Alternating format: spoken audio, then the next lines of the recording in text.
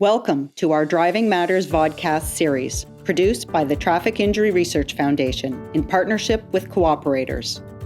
Learning to drive is such an important step towards independence, but it is a privilege that comes with a lot of responsibility. Young drivers have the highest crash risk of all age groups because of their young age and inexperience. Driver education programs are an important tool to help young people recognize risks and practice driving in a safe environment. This podcast series is designed to answer common questions about driver education submitted by teens and their parents, and share tips to help them practice driving while staying safe. Our co-hosts Karen and Kylie are sharing their experiences as a parent-teen duo going through the process.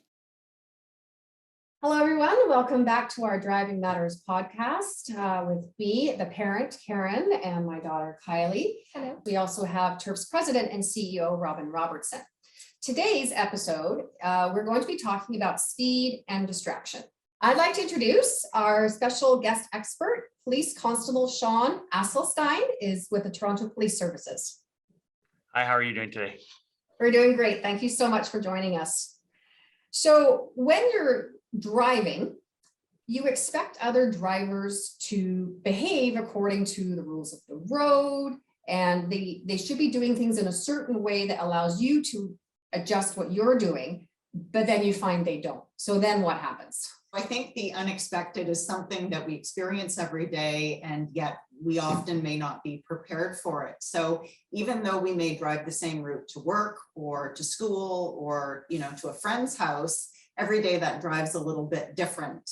There may be some construction, there may be traffic lights out, there may be pedestrian or cyclists where you're not expecting it. So of course, when you're speeding or when you're distracted, you may miss those unexpected things on the road. When you're not prepared for those unexpected changes on the road, then that's an opportunity for a near miss or a collision. And really the difference between a collision and a near miss is in millimeters or milliseconds. Today, when you look at our road crash problem and fatal crashes, both distraction and speed are a role in about 1 in 4 fatal crashes. We received questions from teens and parents from across Canada. So this was one of the most common questions we got from parents to do with the topic of speed and distraction. How do I help my teens understand that driving is a serious responsibility and behaviors such as speeding, distraction, or even using marijuana increase the risk of crashing? Let's start with speed. Driving is an important responsibility simply because of the size and the mass of vehicles and the potential that they have when they're moving at significant speed to result in significant injury and or deaths in a collision situation. Kylie, the first time you did practice drives in a residential neighborhood with slower speeds and then moved on to busier roads at higher speeds, how big a difference was it in your thought process with that change in speed? I find it was a huge difference in my thought process. When you're in little neighborhoods, you have a lot more time to take in all the different pieces of information. When you're on the highway, everybody's going so fast and you have less time to react because of just how fast you feel you're going. Even if you're not going like 90 down the highway, even just 60 is a lot. I think what it's important for young drivers to understand is that very small increases in speed translate into very big increases in risk. When you're speeding and you're involved in a collision, that speed has to go somewhere. So it's absorbed by your body and by the physical exterior of the car. Essentially, the more speed there is, the more energy there is to be absorbed. And when it's greater, you end up with more significant injuries and fatalities. And young drivers in particular have a very high crash risk, largely because of age and inexperience. And one of the most difficult things for them to learn is hazard detection. Those skills take time to develop. When teens are speeding or distracted, they're less likely to recognize hazards. And when they do, they have less time to prepare and to react. I think one of the things that I remember being told years ago that resonated with me, and I know we talked to Kylie about it when she was beginning, well, even before you were beginning to drive, it was just being a passenger in the car with us. When we're pointing out the different road signs, so you'll be prepared for that first knowledge test. getting this process was the fact that a speed limit sign on the highway is a limit. It's not a target. You have to adjust your driving based on how busy the roads are and what the weather is and all that. Shaun, what kinds of experiences have you seen when you're doing a traffic stop for speed, particularly in relation to perhaps that very scenario where the speed limit has been treated as a target, perhaps in maybe inclement weather? During different traffic stops, I've had individuals tell me, the speed limit here is 50. I was just going with the flow of traffic. I say to them, okay, well, if you're going with the flow of traffic wasn't going as fast as you. So quite often they just say that, I was going with the flow of traffic. I was only going 10 kilometers over the speed limit. It's like, it doesn't say you can go 10 kilometers over the speed limit. It says 40 kilometers an hour is the posted speed limit for that road. You're supposed to go 40, not 50. And that's a great point, Shaun, because we know very small increases in speed, again, increase your crash risk. We often think going 10 kilometers over the speed limit isn't a big deal, and yet it doubles your crash risk. And for example, when you're going 20 kilometers over the speed limit, it increases your crash risk 6-fold. I think that's probably underestimated by drivers, and why it's so important, particularly for young drivers, to be able to manage speed. That's a great segue into one of the questions we received from teens on this topic. So the question was, what is the threshold for speeding? Is it okay to do 10 kilometers over the speed limit without getting a ticket, except for school zones and heavy traffic areas? So Shaun, you started to answer that already. Maybe you can help, especially for new drivers who are perhaps learning some of the habits from their parents and watching, as you become a more experienced driver. And like you just mentioned about, well, I was just going with the flow of traffic. I think we can all agree that if the speed limit in a certain area is 60, generally speaking, you're not seeing most drivers doing just 60. They're edging it up to 65 or 70 or even higher. So for a new young driver, that's what's our buffer? In school zones, me personally, it's up to the discretion of the officer. So me personally, it's zero tolerance. I mean, if the speed limit there's 40 in a school zone and you're going 45, would I pull you over? Most likely not. But if you're going 50 and above, there's children walking around the streets. There's no reason to go that speed, especially when school's in. So my threshold, that another officer could be different. But what happens is, it is a reaction time. If I've had in the cruiser driving around by school zones, I've had little kids run out in front of the cruiser. And I mean, I'm looking at everything when I'm driving around in the cruiser, especially. And my reaction time was right away stopped. But I mean, I wasn't going at fast speed. If I was going faster, I probably couldn't stop in time, because the threshold isn't there to brake, to think and then brake in time to avoid that hazard of the child running out in front of the car. Can you talk a little bit about the stopping distance? We tend to think that we can stop on a dime, so to speak. And how does speed play into your stopping distance? Well, speed plays a big role. I actually have a few stats here. So if you are going approximately 30 kilometers an hour, this is just an average driver, your reaction time of thinking about what's going on in front of you, your hazard that you perceive or something that you perceive in front of you that could happen, is approximately 21 meters of driving distance. And then your distance for braking at that point, if something does happen, if someone runs in front of the car or another hazard happens, is approximately 9 meters. That's only 30 kilometers an hour. So now it says, the statistic says about approximately 10% likelihood of a fatality at that speed, but there's still that potential, right? And then if you're going to 50 kilometers an hour, it's approximately 35 meters of thinking, reacting distance to perceive that threat in front of you or the hazard. And then approximately 28 meters for you to react in time for whatever's happening in front of you. I think that perception reaction time is an important one, because we often don't factor in how long it takes us to recognize a hazard. And when you're speeding, you simply are less likely to recognize it in time to be able to avoid it. Well, I think what a lot of people might not realize, Robin, is just perception reaction time. And let's talk about maybe the prime of our lives. That would be my daughter, Kylie, as opposed to me, who's not quite in the prime of my life anymore. But perception reaction time in the prime of your life is 3/4 of a second to perceive the hazard. Then another 3/4 of a second to begin to react. And what people tend to forget, That is to begin to react. I find that most of the drivers that I've stopped in those areas feel that, I wasn't going that fast. And they believe that they could react in time and brake in time if something happened. But it's a split second, especially with a young child. And like I said, I've been to accidents before where young children run in front of cars.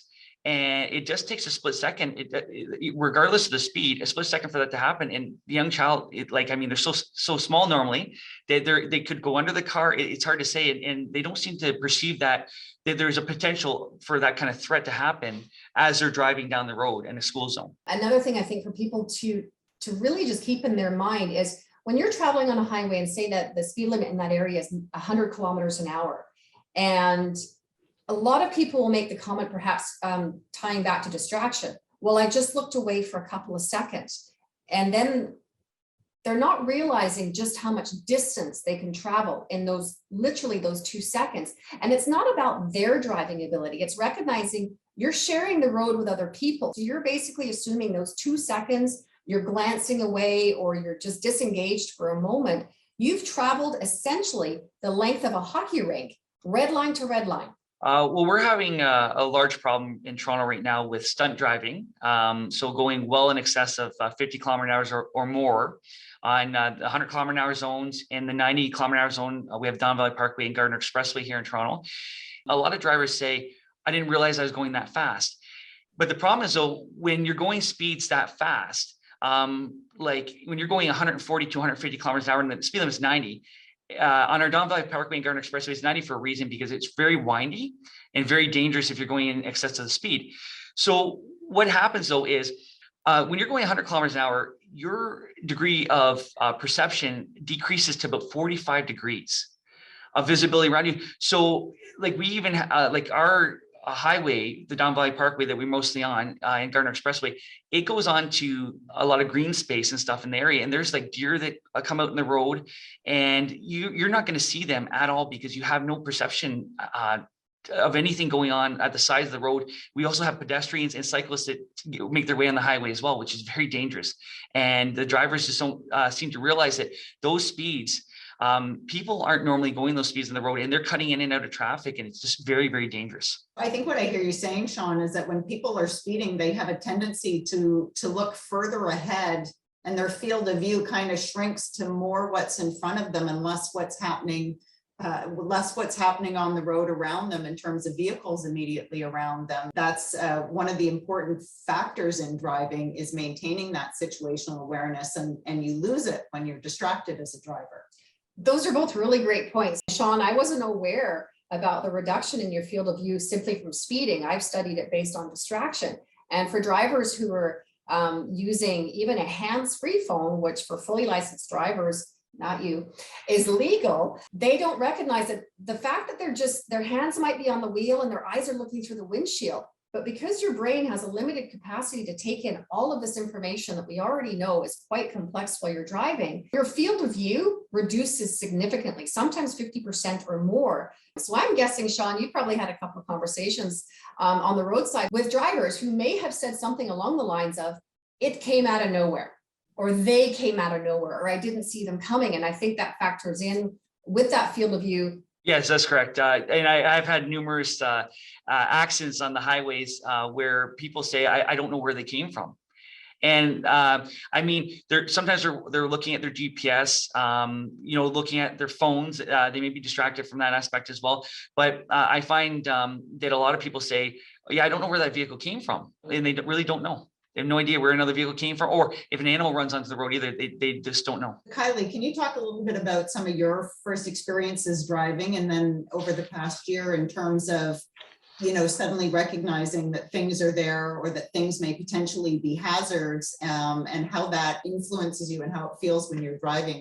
Well, when you're first driving, nothing is second nature. So you're going through every individual step of driving, and then also adding in what could possibly be a danger, and then what is an immediate danger becomes very overwhelming when you're starting out. But that's why you have that second set of eyes in the car with you while you're a learner, to help pick out those other dangers while you're still learning how to drive. once you've made it past that point and you're starting to recognize things and all the shoulder checks and the hidden indicator becomes more second nature, it feels like your vision has opened up a bit. You're able to take in everything that you're seeing as you slowly get better, and you're able to witness, yeah, that car's getting really close to the line. Maybe I should glance the rearview mirror, and it's like, wow, he's really close behind me. We should get out of his way and let him do his thing. Let's maybe delve into one of the most popular questions we got from teens to do with being a new driver, and especially when you do transition, like you did fairly recently, from having that other set of eyes and ears in the car to now you're either on your own or you're allowed to have one friend in the vehicle with you. Especially when it's a friend and you're just starting driving by yourself, you can get kind of caught up in conversation, or they're like, alrighty, you're a driver now, you got this, just go a bit faster, it's fine, don't worry about it. But being confident in yourself to understand and tell your friend, no, it's okay. I'd like to survive my way home personally. So what was one of the top questions that we got from teens on this topic? What they asked was, if a friend's in the car and they're distracting me, how do I tell them nicely to stop? I personally go for the more straightforward approach.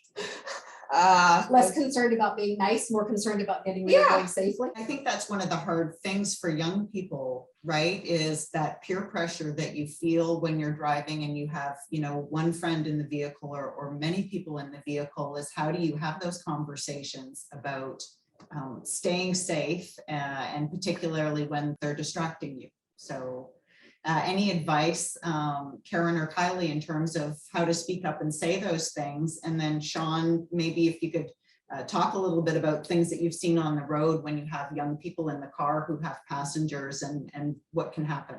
I love her approach. I love her example. Being nice is wonderful. Polite is a wonderful characteristic. I think the direct approach is much more effective with a peer group because they're used to interacting with you in a very direct way. Or also, even before you get in the vehicle, making sure they understand, while I am driving, this is what you can and can't do. If I suddenly stop talking and just look forward, it means I'm focusing. Don't try and carry on the conversation. Understand my cues, and you need to stop.